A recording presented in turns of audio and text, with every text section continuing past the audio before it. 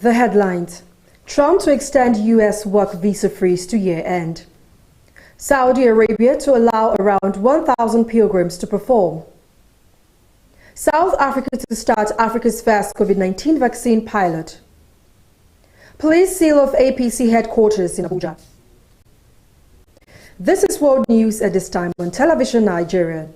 Don't forget to subscribe, like and share this news bit on all our social media platforms at Television Nigerian.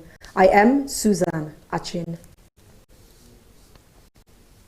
U.S. President Donald Trump will prolong a ban on U.S. employment permits to year-end and broaden it to include H-1B visas used widely in the tech industry, the White House said Monday. A senior administration officer told journalists the move would affect 525,000 jobs in the U.S., which is currently reeling from a high unemployment rate caused by the coronavirus pandemic. Trump had repeatedly touted a strong economy, but now finds himself desperate for a political boost ahead of the November election. The executive order signed Monday afternoon will extend and widen the 60-day freeze Trump placed on New York new work permits from non-U.S. citizens 2 months ago. Muslims expressed disappointment Tuesday at Saudi Arabia's decision to scale back this year's Hajj pilgrimage, but many accepted it was necessary as the kingdom battles a major coronavirus outbreak. A statement from Riyadh on Monday said the Hajj would be very limited, with only pilgrims already in the country allowed to perform the ritual, marking the first time in modern foreign history that foreign visitors have been barred. The move had looked inevitable for some time, and several countries had already pulled out, but the announcement nevertheless added to disappointment for Muslims who invest huge sums and face long waits to go on Hajj. However, in a recent development, the country has said it will allow around 1,000 pilgrims residing in the kingdom to perform the Hajj this year, a minister said Tuesday, after it announced the ritual would be scaled back due to coronavirus.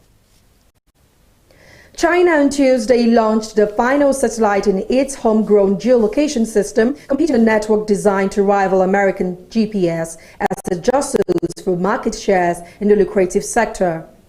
Footage broadcast live on television showed a rocket blasting off with the satellite from a mountainous region of southwest China, with state media hailed as another milestone in the country's space program.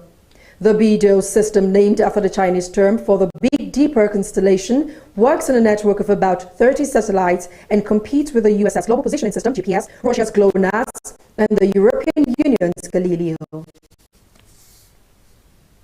The leaders of the 27 EU member states will meet in Brussels on July 17, their first physical summit since the coronavirus lockdown began, to discuss an economic recovery package.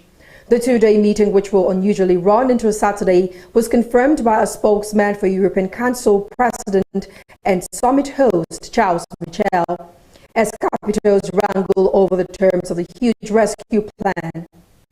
The leaders will devote the talks to the €75 billion recovery roadmap put forward by EU Commission President Ursula von der Leyen. South Africa's embattled President Jacob Zuma returned to court on Tuesday for the latest round in a corruption case that saw lawyers clash angrily over the much delayed proceedings. Zuma, in power from 2009 to 2018, faces 16 charges of fraud, graft and racketeering relating to the purchase of fighter jets, patrol boats and military equipment.